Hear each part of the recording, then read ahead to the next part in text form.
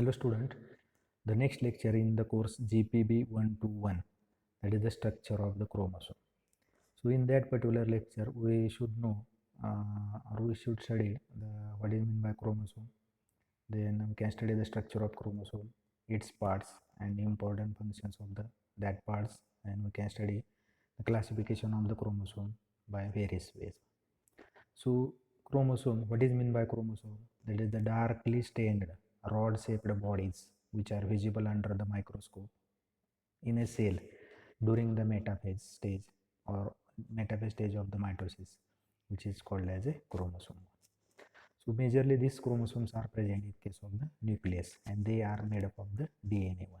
So darkly stained rod-shaped bodies which are visible under the light microscope in a cell majorly observed during the metaphase in case of the mitosis. This is called as a chromosomes 1. So first time it will be studied by the Strasburger in 1875, and later on the term chromosome which is coined by the Valdeir in 1888. So firstly studies by Strasburger in 1875 and the name chromosome which is given by the Valdeir in 1888. So this is the initial information, that is the definition of chromosome and discovery of the that chromosome. Next one, that is the when we have to study the structure of chromosome, already we should know that is that these chromosomes are present in case of the nucleus. When we have to observe the cell structure in last lecture, or here also in the figure we can observe that is the in cell nucleus is present, and within the nucleus we can observe the thread-like structures or rod-shaped structure which is observed one. So this is called as a chromosomes. So these chromosomes on the right side we can observe the structure of the chromosome. So tip or end portion of that chromosome which is called as a telomere, and two arms are the present one. Here in the figure P arm and Q arm are looking one. So the typical or tip end of that arm which is called as a telomere, in the center a circular structure which is present where these two arms are joined one. This is called as a centromere. So two arms are present by any one chromosome, that arms, and in the center the circular structure which is present where these arms are joined, that is called as centromere, and the tip portion of that uh, arm which is called as a telomere. So this important function of the telomere is to avoid the sticking of that two arms one. Again one when we have to consider this figure one, again we can observe the telomere, that is the tip portion of that arm one. Then chromonemata, these are the thread like structures we can observe, they are two in number, they can coiled with each other which is present in that arms one. So matrix, which is the colorless fluid which is observed in case of that arms where this chromonemata are suspended one. Sometimes secondary constriction, that is the centromeric region, which is also observed along with the primary constriction. Primary constriction is nothing but the centromere. Then another, that is the satellite, a circular structure which is attached at the end of the telomere for the identification of the chromosome which is present, that is called as a satellite one. So this is the figure of that particular chromosome, their parts and their functions one. So the important parts will be that is the external wall will be that is the two arms are present, then telomere, that is the tip or end portion of that arm, then centromere which is the center in position where two arms are the joined one. Then chromonemata is the internal structure which is observing inside that particular arms. They are coiled with each other, and this coiling will be changed in case of centromeric region. Matrix, which is the colorless fluid which is observed in case of that arms one. And satellite, which is the circular structure which is observed at the end of the telomere. Then which are the main features of that chromosome? These chromosomes are majorly visible in case of metaphase of the mitosis one. It will be not observed in case of interphase. When we can study the cell division, mitosis and meiosis, in that particular mitosis cell division and meiosis cell division, we can study one how these chromosomes are visible one during each stage one. So here in case of the DAT, we can study which are the important features of the DAT chromosome, that is it is observed in case of metaphase of mitosis, not in case of interphase. Then it bears genes in a linear fashion and thus are responsible for heredity. So genes are observed in case of the that chromosome and that are responsible for the heredity one. Then chromosomes of eukaryotic cells are enclosed by nuclear membrane. Chromosomes are vary in size and shape.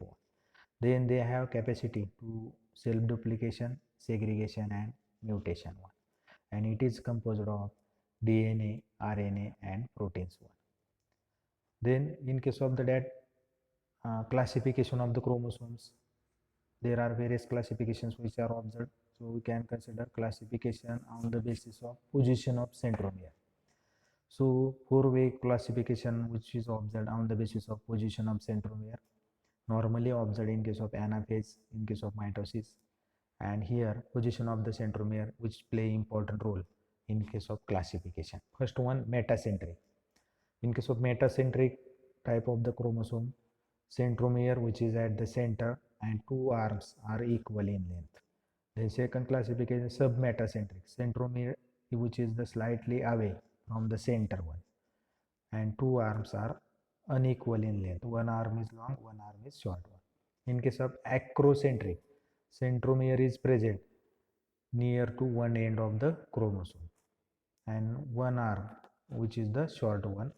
Then telocentric, centromere is at one end and another one holokinetic, that is the centromere was diffused one. So in case of figure we can observe first figure, that is the P and Q arm are there, metacentric, centromere which is at the center, two arms are of equal length. Then second figure which is of submetacentric, P and Q arm, but here P arm which is the short one than the Q arm and centromere which is away from the center, so it is the submetacentric. Then in case of acrocentric, P and Q arm, P arm is almost absent but it will be slightly present and centromere is away from center position, so it is called as acrocentric. That is, it will be looking like rod shaped in case of anaphase. And telocentric, one arm, that is the P, which is almost absent, only Q arm is the present, so it is called as a telocentric one. So this is the classification: metacentric, submetacentric, acrocentric and telocentric on the basis of the position of the centromere and the presence of the arms length one. Next one, that is the on the basis of the number of centromere. Here in case of number of centromere, here acentric chromosome, first classification will be acentric chromosome without centromere. When the centromere is absent, it is called as acentric one. Monocentric one, chromosomes with one centromere, and dicentric chromosome with two centromere. So first classification we can study on the basis of the position of the centromere. Second classification way will be on the basis of number of centromere present. So first one, acentric chromosome without centromere, monocentric chromosome with one chromosome, one centromere, and dicentric chromosome with two centromere, that is called as a dicentric one. So this is the classification on the basis of number of centromere. Next one, on the basis of shapes at anaphase one. During the anaphase, which shapes are observed? One, that is the V shape, chromosomes which will be looking like or assumes V shape at anaphase. J shape, chromosomes with assumes J shape during the anaphase. And rod shape, the chromosomes which assumes rod shaped during the anaphase. So this is the third type classification on the basis of shapes at the anaphase one. Next one, that is the structure and appearance. On the basis of chromosomes should be classified on the basis of structure and appearance. First one classification type will be on the basis of structure and appearance. Linear chromosome, linear and circular. So in what is the difference between linear and circular? In linear, chromosomes with linear structure or having both ends free, majorly found in case of eukaryotics, and circular chromosomes which are circular in shape and structure found in case of bacteria and viruses. On the basis of essentiality, A chromosome and B chromosome. What is the difference between A chromosome and B chromosome?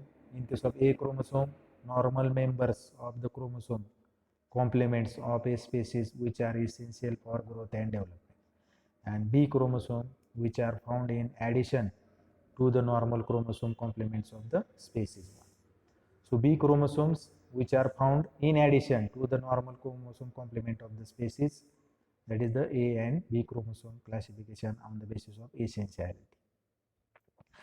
Then on the basis of role in sex determination, majorly X and Y chromosomes play important role in case of determination of the sex one. We should know when there is a XX chromosome, that will be the female individual. When there is the X and Y chromosome, that will be the male individual. So when there is the presence of X and Y chromosome, they are called as allosomes. Chromosomes, what is meant by allosomes? That is that these chromosomes are takes part in case of sex determination. They can be differ in number and morphology on the basis of male and female sex organs. And second type, that is the autosomes. Chromosomes do not take place or they are not utilized in case of sex determination. Their number and morphology which is similar in male and female individuals. So this is the major classification. Allosomes, that is the X and Y chromosome, plays important role in case of sex determination. Their number and morphology which is different in case of female and male. And second classification, autosomes not take part in case of sex determination, and number and morphology which is similar in case of male and female one. In case of topic sex determination, we can study in detail regarding that particular allosomes and autosomes one. Then on the basis of structure and function, two types may be observed: normal chromosomes, chromosomes with normal structure, function, shape and size, and special chromosomes, that is the chromosomes which are significantly differ in structure and function from the normal chromosome. Such chromosomes are called as lamp brush chromosomes, polytene chromosomes, and B chromosomes. These are the special type of the chromosomes. Three types may be observed: lamp brush chromosomes, polytene chromosomes, and B chromosomes are observed. These are called as special chromosomes on the basis of structure and function one. So this is the classification. 7 different ways we can study the classification of the chromosomes. Then important terminology, which is the what is meant by the somatic chromosome number.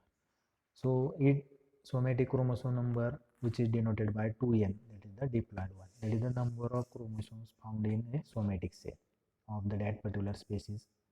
That is called as the somatic chromosome number, which is denoted by 2n, that is the diploid one. Then chromosome number, the number of chromosomes in a given species are generally constant one. So chromosome number in that particular species which is constant one. Suppose in case of human beings, chromosome number 2n is equal to 46. In case of Jawar, 2n is equal to 20. Maize, 2n is equal to 20. Groundnut, 2n is equal to 40. So likewise, chromosome number of that particular species which is the constant one. Then all the members of the species having a definite and generally constant somatic and gametic chromosome number. So somatic and gametic chromosome number may be constant one in case of the each species one. Here one different examples and their chromosome numbers are given. Human beings, 2n is equal to 46. Chimpanzee, 2n is equal to 40. House mouse, 2n is equal to 40. Maize, 2n is equal to 20. Rice, 2n is equal to 24. Jawar, 2n is equal to 20. Likewise, in case of cereals crops, pulse crops, oilseed crops, vegetable, fruit crops, and in each every living organism we can observe the different chromosome number, but their number may be constant one. Here again chromosome number which is given. Three types of the chromosome number are observed. One, haploid, generally half of the somatic chromosome number of the dead species which is denoted by n. That is the diploid will be 2n, and haploid indicates only single n, means the half of the somatic chromosome number of the species which is denoted by n. So haploid chromosome number which is found in case of gametes. So in case of gametes means that is the sexually reproducing organisms, they can produce the gametes during the fertilization. And when there is the union of the gametes will be takes place from male and female parent, the new individual which is developed. So gametic chromosome number indicates that is the haploid one which is indicated by small en1. Diploid means that is the somatic chromosome number of that particular species, which is denoted by 2n. So diploid chromosome number is which is found in the zygote, means after the union of male gamete and female gamete, and there will be formation of the zygote, that is the zygotic chromosome number or somatic chromosome number 2n. It is also called as a zygotic or somatic chromosome. Basic number, the genetic chromosome number of the true diploid species. Genetic chromosome number of true diploid species, it is also called as a basic number. So that is the gametic chromosome number, then somatic chromosome number or zygotic chromosome number and basic number. These are the three chromosome numbers we have to study. Then two terminology will be there, karyotype and ideogram. Karyotype is nothing but then we have to consider general morphology, size of the chromosome, position of the centromere, presence of the whether secondary construction or satellite type of the bodies. In case of somatic chromosome, complement of that individual, which is called as a karyotype 1. May study, that is the general morphology of the that chromosome, whether the size, position of centromere, secondary construction, presence or satellite of the that somatic complement of the individual, which is called as a karyotype. Also defined as a characteristics features by which a set of chromosomes of the that species is identified, that is also called as a karyotype 1. Generally, karyotype is represented by arranging the chromosomes in descending order of the sets, their size 1, keeping their centromeres in the same line. Means arrangement of the that chromosomes in the descending order according to the size by keeping their centromeres in case of the same line. Thus, the largest chromosomes are placed on the extreme left and the shortest of the on extreme right. Means the large chromosomes are placed on extreme left and shortest on the extreme right condition or right side one. And then ideogram means nothing but this karyotype of the species, which is represented by diagram, or diagrammatically we can show the morphological features of the chromosome. Such diagram is called as ideotype 1.